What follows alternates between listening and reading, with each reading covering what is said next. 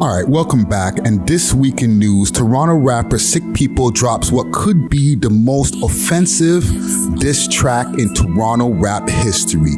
Also, a Parkdale teacher faces termination after showing up in blackface for a Halloween gathering. This is news from the 6th for November 1st, 2021, and I'm your host, Friday Ricky Dred. Now, before we get into this, I want to give a big salute to Manscaped, because this show is supported by Manscaped and brought to you by Manscaped, who's the best in the men's below waist grooming champion in the world. Manscaped offers a precision-engineered tool for your family jewels. You can get right now 20% off when you use the code WeLoveHipHop when you go to manscaped.com. All right, make sure to get your hands on one of those. Christmas time is right around the corner, so ladies, you're gonna want to get one of these for your man. Okay, we got a waterproof trimmer that's in there. It reduces foot odor.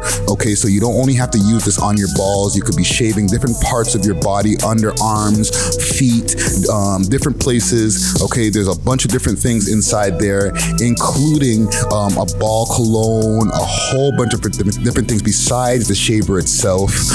I've used the shaver myself, and I've gotten great results. So make sure to tap in and get your hands on the Lawnmower 4.0 courtesy of Manscaped. Hit up their website, manscaped.com, and use the code WeLoveHipHop, and you'll be able to get 20% off and free worldwide shipping.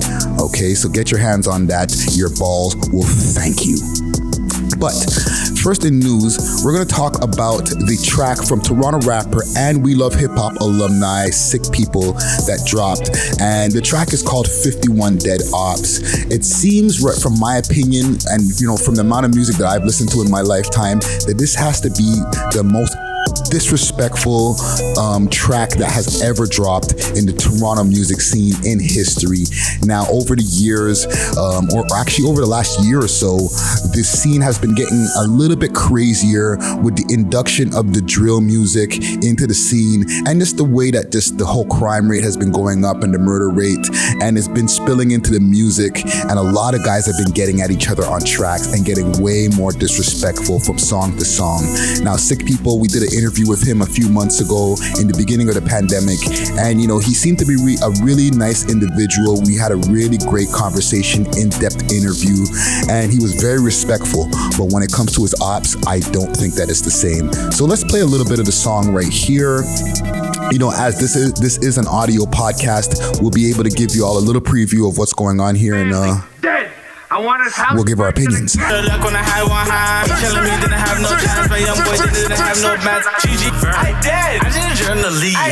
All right, so I played a little bit of it, and even you can hear from the beginning in the hook itself, he mentions different names and the different things that happened to them. I'm not going to go back over all the different names and break down what he said about each person.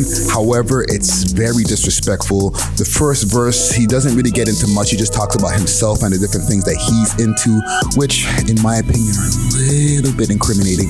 However, this is music, it's entertainment. But when he gets into the second verse, he gets really specific and starts talking about different people and incidents that happened to them. Let's play a little bit of that. I get them gone. Sick people will come down. And things down, we get gone.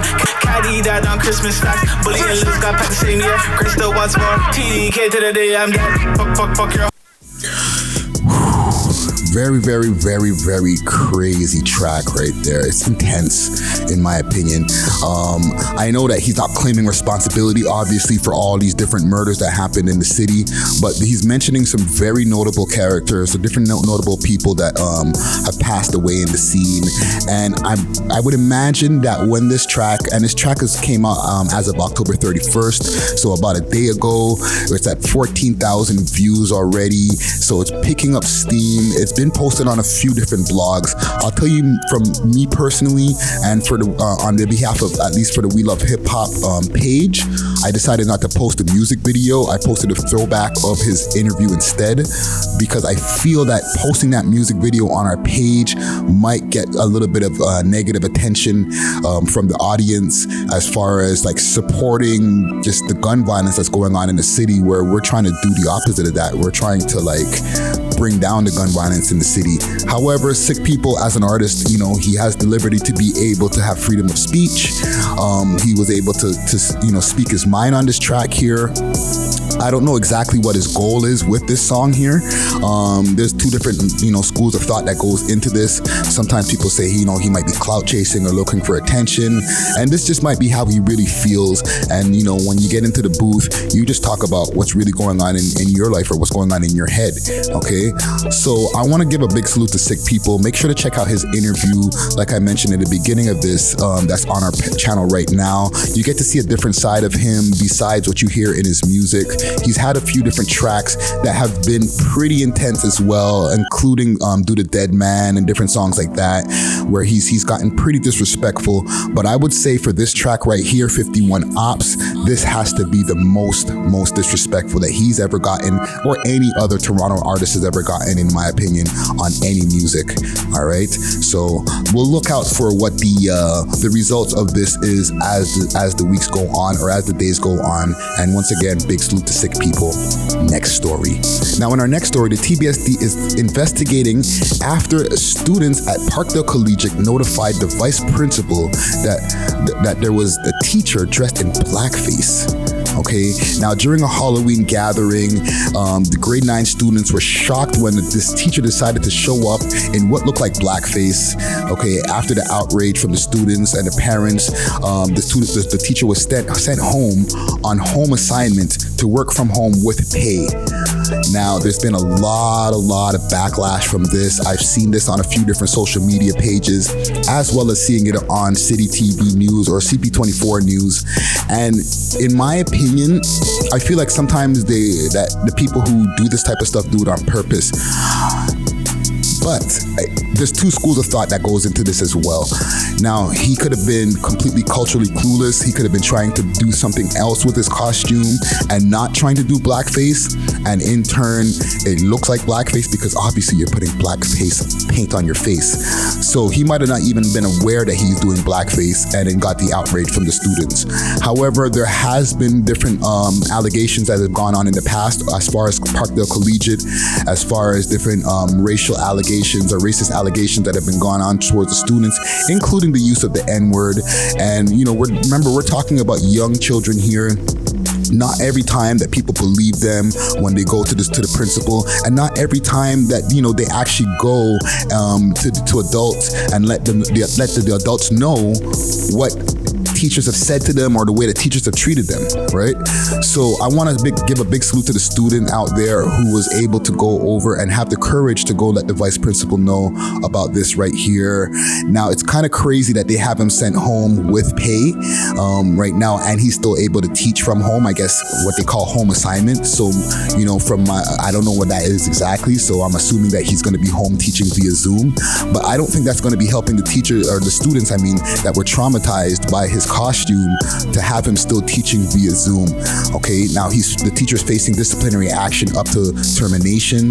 So we'll keep you posted on what's going on with this. Maybe by the time we get to the podcast this week, we'll have a little bit more answers on what's going on with this teacher, whether he's still being whether he's still working from home on assignment with pay, or if by that time he'll be terminated. Okay, big salute to everybody who's been tuning into these news stories. And we have more news stories that are coming down the pipeline for tomorrow as well. My apologies once again.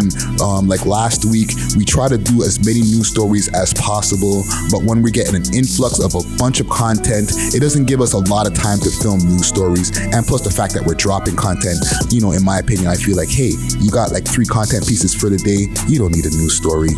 But we're back for the news this week. We're going to be back to maybe giving you 4 news stories this week, so look out for that. Also, if you want to book some time over here at the Visionary Arts Center, we are open for booking for podcast as well as different events. We have an event coming up this week courtesy of TGLS Clothing. There's a pop-up shop this Saturday, November 6th, so make sure to pop up over here at the Visionary Arts Center. Send us a DM for more information as far as addresses and different things like that, and we'll hook you up with the address to come through and check out the pop-up shop. And if you want to book some time time over here for podcasts, like I said, or any type of events, hit us up on our Instagram, Visionary Art Center. You can hit me up on my social media platforms, Friday Ricky Dred, that's D-R-E-D. And then for everything else, hit us up on our website, welovehiphop.ca. This is News from the 6, where we hit you with that real Toronto shit. And I'm off this. Deuces.